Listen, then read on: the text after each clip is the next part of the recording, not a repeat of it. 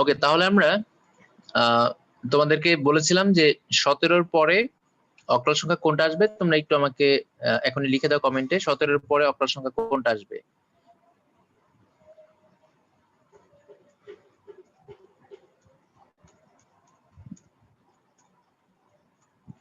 আচ্ছা, লিখেছো একজন।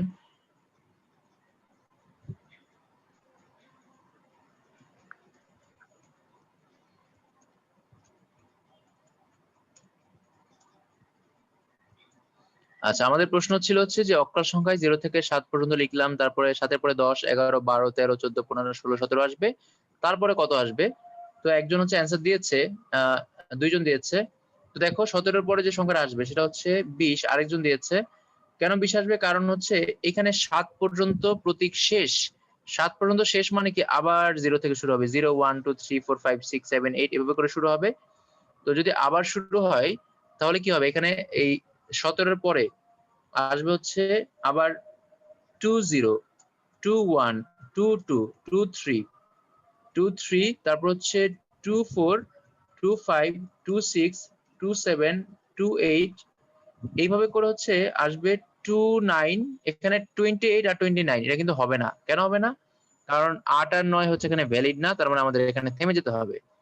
তো এখানে এখন বলবো হচ্ছে 27 এর পর কি হবে, হবে হচ্ছে 30। এখন এইগুলো কিন্তু আমাদের বোর্ড পরীক্ষায় এমসিকিউ তে এসেছে যে অক্টাল সংখ্যা, সবাই একটু ভালো করে এটা লিখবা, ভিডিওটা শুনে এটা নোট করবা। লিখবো হচ্ছে এভাবে, অক্টাল সংখ্যা পদ্ধতিতে 7-এর পরের সংখ্যাটি 10। এই কথাগুলো সুন্দর করে নিচে নিচে লাইনে লাইনে লিখবা। অক্টাল সংখ্যা পদ্ধতিতে 7-এর পরের সংখ্যাটি 10, 17-এর পরের সংখ্যাটি 20, 17-এর পরের সংখ্যাটি 20, 27-এর পরের সংখ্যাটি 30। হ্যাঁ, এমন করে যদি আমরা বলি 57-এর পরে কত, 57-এর পরে হচ্ছে 60। এখন আমার প্রশ্ন হচ্ছে যে অক্টাল সংখ্যা পদ্ধতিতে যদি আমি প্রশ্ন করি যে 77-এর পরের সংখ্যাটি কত, আমি মাঝখান থেকে একটা সংখ্যা নিলাম, বললাম অক্টাল সংখ্যা পদ্ধতিতে 77-এর পরের সংখ্যাটি কত। 77-এর পরের সংখ্যা বলবা আর 77-এর আগের সংখ্যা বলবা, দুইটাই বলবা। 77-এর পরে কত হবে আর 77-এর আগে কত হবে একটু বলবা। তো হচ্ছে এখানে সবাই লিখছে, দেখি আর কে কে লিখবে। অক্টাল সংখ্যা পদ্ধতিতে 77-এর পরে কত আর 77-এর আগে কত।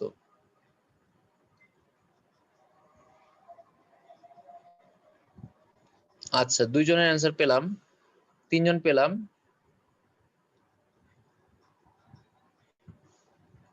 আচ্ছা, দুইজনে ভুল করেছো।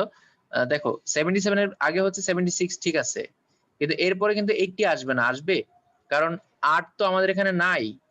77 এর পরে 78 হবে না। কেন হবে না? 8 আমাদের অক্টাল সংখ্যা পদ্ধতিতে নাই। 79 হবে না, কারণ 9 তো অক্টাল পদ্ধতিতে নাই। তাহলে 80 কেন হবে? কারণ এখানে তো 8 আছে। 8 থাকলে তো অক্টাল পদ্ধতিতে 8 নেওয়া যাবে না, তার মানে 80ও বাদ দিতে হবে। তারপর 81 নিতে পারবো না, 82 নিতে পারবো না, 83 নিতে পারবো না, 80-র ঘরের কোন সংখ্যা নিতে পারবে না, কারণ এখানে 8 আছে। এরপর আপনি 90, তুমি 90 নিতে পারবে না, কারণ এখানে 9 আছে। তো 9 আছে, 8 আছে, এগুলো হচ্ছে ইনভ্যালিড। তো এই 8 তারপর 9 এগুলোর জন্য তুমি 90 নিতে পারবে না। তারপর 91, 92, 93 তুমি যাও 99 পর্যন্ত, সব জায়গায় 9 আছে। এরপর আসবে হচ্ছে 100, তার মানে তুমি 77-এর পরে নিতে পারবা 100।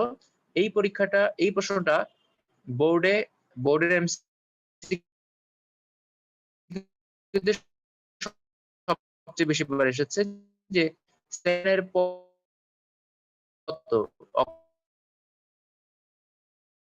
77-এর পরের সংখ্যাটি কত, 17-এর পরের সংখ্যাটি 20, 27-এর পরের সংখ্যাটি 30, তারপর 77-এর পরের সংখ্যাটা হচ্ছে 100। এটা লিখে নিবা। 77-এর পরের সংখ্যাটা হচ্ছে 100। আমি কিন্তু মুখস্থ বলছি না, এগুলো আমরা বুঝে বুঝে বের করছি, লজিক্যালি বের 100, 103 এভাবে করে আসবে, 104, 105। আমি যদি বলি 177-এর পরের সংখ্যাটি কত, এটা বের করো তোমরা।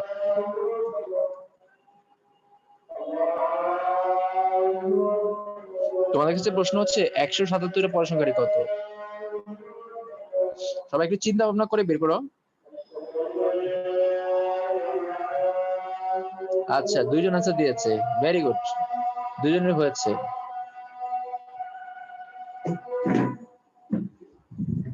তো 177-এর পরে কিন্তু 178 হবে না, কারণ এখানে 8 আছে।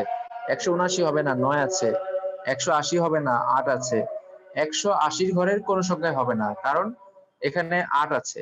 আবার 190 এর ঘরের কোন সংখ্যা হবে না, কারণ এখানে 9 আছে। তাই 177 এর পরের সংখ্যাটা হবে 200।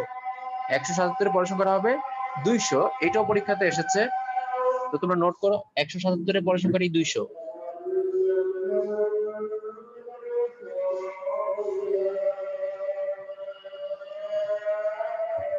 এখন প্রশ্ন হচ্ছে 777 এর পরের সংখ্যাটি কত? অক্টালে 777 এর পরের সংখ্যাটি কত?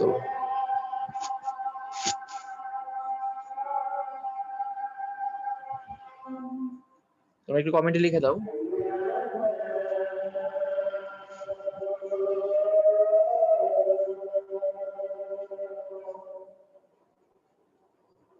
আচ্ছা, ভেরি গুড। 777 এর পরের সংখ্যাটা হচ্ছে কত হবে? 1000 হবে। 3 জন লিখেছে, 3 জনই রাইট। 777 এর পরের সংখ্যাটা হবে 1000। 1000 কেন হবে? কারণ হচ্ছে 778 হতে পারবে না, 780 হতে পারবে না, 490 হতে পারবে না। কেন? এখানে 8 আর 9 আছে। তারপর এভাবে করে আমরা যাব হচ্ছে কত? আমরা যাব হচ্ছে 1000 পর্যন্ত। তাহলে এগুলো হচ্ছে আমাদের পরীক্ষার জন্য কাজে লাগবে এমসিকিউ তে। তো তোমরা এগুলো একটু নোট করে নিবা যে 77 এর পরে হচ্ছে 100, এই অংশগুলো, বাকিগুলো নোট করতে হবে না। এগুলো নোট করলে হবে যে অক্টাল সংখ্যায় 77 এর পরে হচ্ছে 100, তারপর 177 এর পরে হচ্ছে 200, 777 এর পরে হচ্ছে 1000।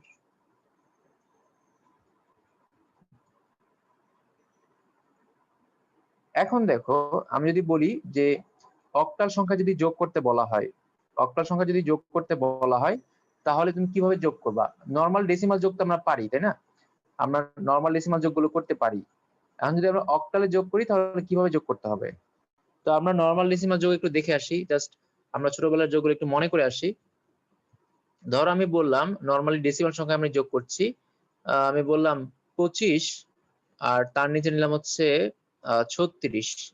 এইটাকে আমরা যোগ করব, 25 আর 36 কে আমরা যোগ করব। তো যোগফলটা আমরা এখানে লিখি, যোগফলটা আমরা লিখে এখানে বসাবো। তো এই যে আমরা 25 আর 36 যে যোগ করব, তো এই 25 আর 36 হচ্ছে নরমাল ডেসিমাল সংখ্যা আছে, ঠিক আছে? নরমাল ডেসিমাল সংখ্যা আছে। তো এখন বলতে হবে যোগফলটা কত হবে।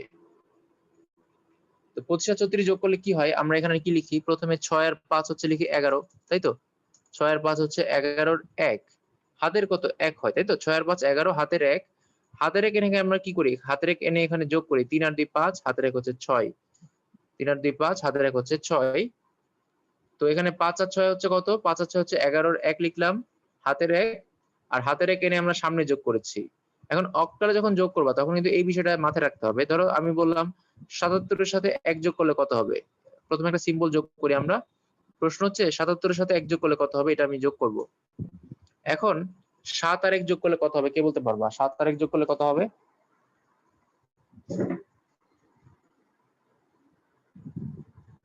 কি বলতে পারবা? 7 আর 1 যোগ করলে কত হবে অক্টাল সংখ্যায়?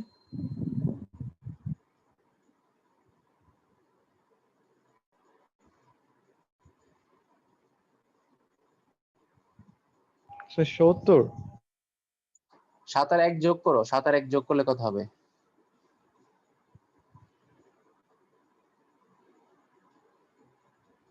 ঠান্ডা মাথায় চিন্তা করো। আচ্ছা, 7 আর 1 যোগ করলে তো নরমালি কত হয়? 8 হয়, কিন্তু অক্টালে কি 8 আছে? নো স্যার, অক্টালে 7 আছে।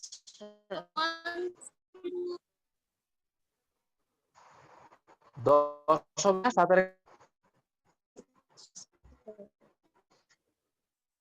10 হবে। কেন হবে আমি বলছি। ধরো যে কোনো সংখ্যা তার সাথে 1 যোগ করা মানে কি? তার পরের সংখ্যা না? আমি বললাম তুমি 5 এর সাথে 1 যোগ করলে কত হবে? তুমি বললে 5 এর সাথে 1 যোগ করলে 6 হবে। তাহলে 1 যোগ করা মানে হচ্ছে তার পরের সংখ্যা। যে কোনো সংখ্যা তার সাথে 1 যোগ করলে কি হয়? সেটা তার পরের সংখ্যা হয়ে যায়। এখন যদি বলি তুমি 7 এর সাথে 1 যোগ করো, তাহলে সেটা হবে 8। এটা হবে ডেসিমাল সংখ্যায় 8। কিন্তু আমি যদি বলি অক্টাল সংখ্যার সাথে 1 যোগ করলে কত হবে? তো অক্টাল সংখ্যার সাথে 1 যোগ করলে 8 হইতো, কিন্তু অক্টালে তো 8 নাই। অক্টালে 7 এর পরের সংখ্যাটা হচ্ছে 10। তারপর অক্টাল সংখ্যায় 7 আর 1 যোগ করলে হবে 10। অক্টাল সংখ্যায় 7 আর 2 যোগ করলে কত হবে? 7 আর 2 যোগ করলে হবে 11। 7 আর 2 আসে 9, অক্টাল সংখ্যায় 9 নাই। 9 মানে হচ্ছে আমাদের ওখানে 11। এই জাস্ট এটুকু মনে রাখলে হবে, অক্টাল যোগ করার সময় তোমরা এটুকু মনে রাখবা যে অক্টাল সংখ্যায় 7 আর 1 যোগ করলে কত হয়, এটা একটু নোট করে রাখো সবাই, নাহলে পরে ভুলে যাবা। অক্টাল সংখ্যায় 7 আর 1 যোগ করলে হয় 10, 7 আর 1 যোগ করলে হয় 10, এটা একটু নোট করে নিবা। তারপর অক্টাল সংখ্যায় যদি আমরা 7 আর 2 যোগ করি তাহলে কত হবে, 11 হবে। অক্টাল সংখ্যায় যদি আমরা 7 আর 3 যোগ করি তাহলে কত হবে, 12 হবে। তো 7 আর 1 2 এইটুক জাস্ট দেখলে ভালো করে হবে। ধরো আমি বললাম 7 আর 1 যোগ করলে কত হবে, তো 7 আর 1 যোগ করলে হচ্ছে 10 এর শূন্য, আমি এখানে বসালাম 7 আর 1 যোগ করলে 10 এর শূন্য, হাতের হচ্ছে 1, এই হাতের 1 যদি সাথে সাথে যোগ হয়, সাথে সাথে যোগ হলে কি হবে, হাতের 1 যোগ হলে হয়ে যাবে 7 আর 1 10। ভালো করে খেয়াল করো, 7 আর 1 যোগ করলাম হয়ে গেল 10 এর শূন্য, হাতের থাকে 1, হাতের 1 যদি আমি সাথে সাথে যোগ করি তাহলে 7 আর হাতের 1 যোগ করলে আবার কি হবে, 10 হবে। কারণ 7 আর 1 যোগ করলে হচ্ছে 8 হয়, অক্টালে 8 মানে 10। তাহলে অক্টাল সংখ্যা যোগের সময় দেখতে হবে যে কোথাও কোন সংখ্যা কত হয়েছে, মানে সেই সংখ্যাটা কত হয়েছে, জাস্ট এটাকে তুমি ডেসিমাল হলে সেটাকে অক্টালে ধরে নিলেই হবে, তাহলেই কাজটা সিম্পলি হয়ে যাবে। তাহলে অক্টাল যোগগুলো এগুলো আমরা ক্যালকুলেটরেই করতে পারবো, আমি পরে ক্যালকুলেটর শিখাই দিব। তো জাস্ট এমনি বুঝার জন্য, বিষয়গুলো বুঝার জন্য, জানার জন্য এগুলো জাস্ট আমরা একটু এভাবে দেখে নিচ্ছি। তো এই জিনিসগুলো কিন্তু আমরা কি করতে পারবো, আমরা কিন্তু এগুলো ক্যালকুলেটরে করতে পারবো সবগুলো। তো তোমরা যে কাজটা করবা, এই যে অক্টালের যোগ, মানে এই ভিডিওর যে অংশগুলো আছে এই অংশগুলো ভালো করে দেখলে অক্টালের যোগের বিষয়টা তোমরা ক্লিয়ার হবা। পাশাপাশি হচ্ছে আমরা হচ্ছে সংখ্যার যে বেসিক গুলো আছে, অক্টালের যে বেসিক গুলো আছে সেগুলো আমাদের ক্লিয়ার হয়ে যাবে। তো এখন আমি যদি হচ্ছে অক্টালের আরেকটা সংখ্যার কথা বলি, ধরো আমি তোমাকে বললাম অক্টাল সংখ্যায় অন্য একটা সংখ্যা বললাম, কি বলতে পারি আমরা, বললাম যে 25 আর হচ্ছে তুমি 25 এর সাথে তুমি 12 যোগ করো, এটা হচ্ছে অক্টালের যোগ করলাম। এখন 25 আর 12 যদি তুমি যোগ করো তাহলে এখানে দেখতে হবে 5 আর 2 যোগ করলে কত হয়, 5 আর 2 যোগ করলে 7, এটা তো সমস্যা নাই। এরপরে কি হবে, হাতের কিছু নাই, 2 আর 1 যোগ করলে কত, 3। তার মানে এই 25 আর 12 যে আমরা যোগ করলাম এটা কিন্তু নরমাল যোগের মতোই হয়ে গেছে, নরমাল ডেসিমাল যোগের মতোই হয়েছে, কারণ এখানে 7 এর বেশি সংখ্যা আসে নাই। যদি যোগ করে 7 এর বেশি আসতো তখন আমাদেরকে অন্যভাবে চিন্তা করতে হতো, কিন্তু নরমালি এখানে নরমাল সংখ্যার মধ্যে হয়ে গেছে। এখন আমি যদি 25 আর 12 না নিয়ে এখানে আমি নিতাম হচ্ছে এরকম যে 25 আর হচ্ছে 13, এখন যোগ করলে কত হবে, এখন যোগ করলে কত হবে এটা বের করতে হবে। তো তোমরা 25 আর 13 অক্টালে যোগ করলে কত হবে আমাকে একটু কমেন্টে লিখে দাও সবাই। 25 আর 13 অক্টালে যোগ করলে কত হবে একটু কমেন্টে লিখে দাও তাড়াতাড়ি এখনই। 25 আর 13 যোগ করলে কত হবে কমেন্টে একটু লিখে দাও।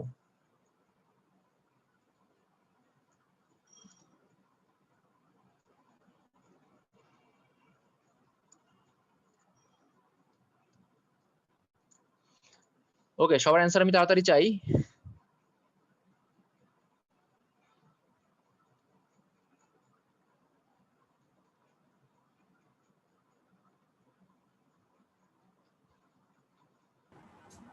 স্যার হুম, স্যার মাত্র আসছি তো, মানে ক্লাস শেষ করলাম মাত্র, আমি কি এখন লিভ নিতে পারি? আমি পরে রেকর্ডেড ক্লাসটা দেখে নিব।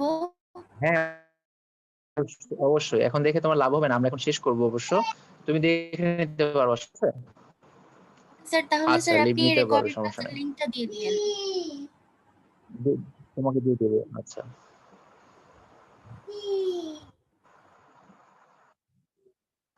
ওকে। তো আমাদের যেটা বলছিলাম আর কি, আমাদের এখানে সরি, এই যে 25 আর 13 এটা যোগ করলে কত হবে তোমাদের বের করতে বলেছিলাম, তো অলরেডি অনেকে অ্যান্সার দিয়েছে।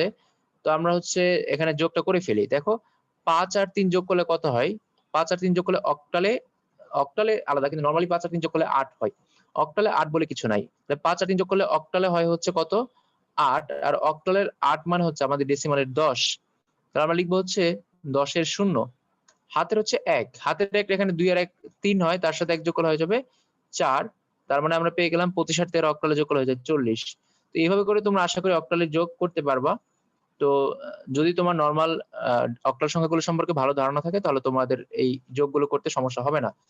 এখানে যারা অ্যান্সার দিয়েছো সবাই যোগের অ্যান্সারটা রাইট দিতে পেরেছো, থ্যাংক ইউ। তো তোমরা অক্টাল থেকে যে জিনিসগুলো নোট করবা সেগুলো আমি বললাম একটু আগে। আর আমরা হচ্ছে আজকে দুইটা সংখ্যা নিয়ে বিস্তারিত কথা বললাম, একটা হচ্ছে অক্টাল আর একটা হচ্ছে ডেসিমাল। পরের ক্লাসে আমরা বাইনারি আর হেক্সাডেসিমাল নিয়ে বিস্তারিত কথাবার্তা বলবো, বাইনারি যোগ শিখবো, বাইনারি বিয়োগ শিখবো, ঠিক আছে? তো মোট কথা হচ্ছে এখান থেকে যে বিষয়গুলো আসে, আমরা তৃতীয় অধ্যায়ের প্রথম অংশে যে বিষয়গুলো দেখবো তার ম্যাক্সিমাম হচ্ছে এমসিকিউ তে কাজে লাগবে।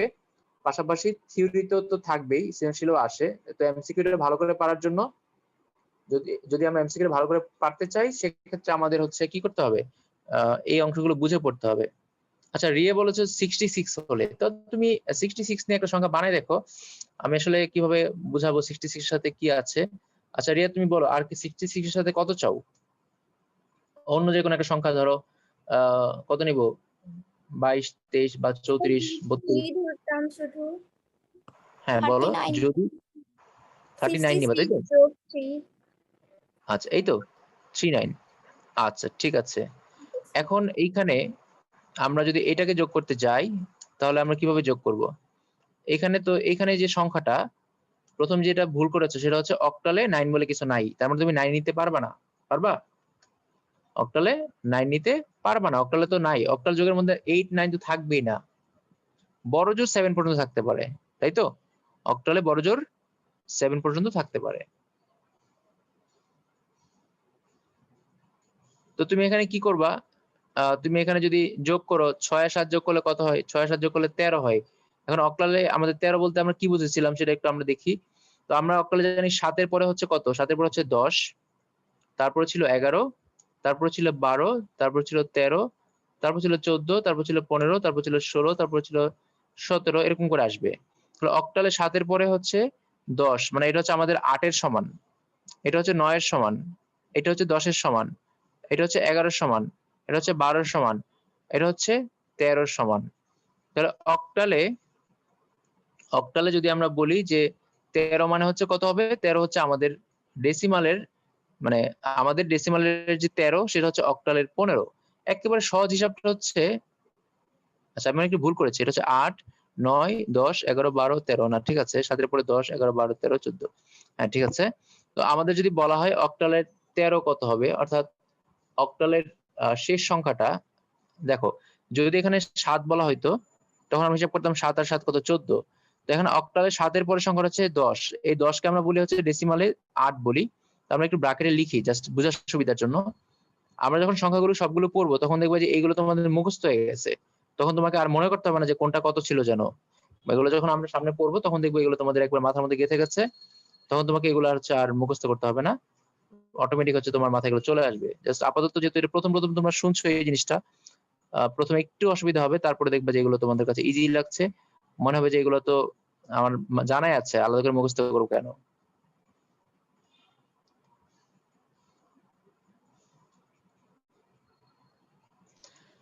তো এইভাবে করে যদি আমরা কম্পেয়ার করি, কার সাথে কম্পেয়ার করবো? আমরা আমাদের ডেসিমাল সংখ্যার সাথে যদি কম্পেয়ার করি, কম্পেয়ার করলে আমরা হচ্ছে ভালো বুঝতে পারবো। তো আমি এখানে তোমাদের যেটা বলতে চাচ্ছি সেটা হচ্ছে আমরা এখান থেকে কি করতে পারি, এখান থেকে আমরা সংখ্যাগুলো নিয়ে আমরা, মানে এটা লিখে নাও কিন্তু সবাই, সংখ্যাগুলো নিয়ে কিন্তু আমরা হচ্ছে করতে পারি, হিসাব করতে পারি। তো আমাদের প্রশ্ন হচ্ছে 66 প্লাস হচ্ছে 37, এটা যোগ করলে কত হবে? তো 6 আর 7 যোগ করলে কত হয়? 6 আর 7 যোগ করলে 13 হয়। তো 6 আর 7 যে 13 হয়, তো 13টা হচ্ছে আমার এখানে কত? 13টা আমার এখানে কত? 13টা আমার এখানে হচ্ছে 15। তো লিখবো আমি 15 5, লিখবো আমি 15 5, 15 5, হাতের থেকে 1, হাতের একটা আমরা যোগ করবো, এখানে 6 আর 3 হচ্ছে 9। এখন যেটা 9 সেটা হচ্ছে আমাদের এখানে 11। তো 11 সাথে হাতের এক যোগ করলে হবে 12, হাতের এক যোগ করলে হবে 12, তার মানে অক্টালে এটা হয়ে গেছে 125। অক্টালে হয়ে গেছে এটা 125। তার মানে আমরা এই যদি সংখ্যাগুলো আমাদের জানা থাকে তাহলে আমরা এই অক্টালের যোগগুলো এইভাবে করতে পারবো। আর সেকেন্ড অপশন হচ্ছে ক্যালকুলেটরে এটা ডিরেক্ট 66 প্লাস 37 অক্টাল মোডে নিয়ে লিখলেই সরাসরি অ্যান্সার চলে আসবে।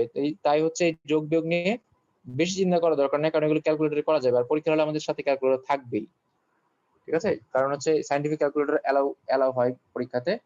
তো যেহেতু থাকবে তাহলে এটা নিয়ে আপাতত চিন্তা করার কিছু নাই। যদি তোমরা তো বুঝতেই পারছো, তারপরেও যদি কারো টেনশন কাজ করে মাথার মধ্যে, তো এটা নিয়ে টেনশন নেওয়ার কোনো কারণ নাই। তো এরকম যে কোনো যোগ থাকলে, এটা হচ্ছে আমাদের রিয়া দিয়েছিল, যে কোনো যোগ থাকলে আমরা করতে পারবো। জাস্ট এই সংখ্যাগুলো যদি আমরা মনে রাখি তাহলে আমাদের জন্য আর কি সুবিধা হবে। তো ঠিক আছে, আজকে আমরা এইটুকু পর্যন্তই রাখছি। আজকে হচ্ছে নেক্সট দিন হয়তো 4:30 ক্লাসটা হইতে পারে, আমি জানাবো তোমাদের, কারণ কয়েকজনের 3:30টায় সমস্যা। আমার আবার 4:30 একটা ব্যাচ আছে আপাতত। তো কয়েকজনই আমাকে বলেছে স্যার একটু টাইমটা পিছালে ভালো হয়। তো আমি চেষ্টা করছি, দেখি নেক্সট ক্লাস হয়তো 4:30টায় নিতে পারি, আমি তোমাদের আগে জানাই দিব গ্রুপে। নেক্সট দিন ওই ব্যাচের পরীক্ষা থাকতে পারে, যদি পরীক্ষা থাকে তাহলে তোমাদের টাইমটা আমি হচ্ছে 4:30 নেক্সট দিনের জন্য রাখবো।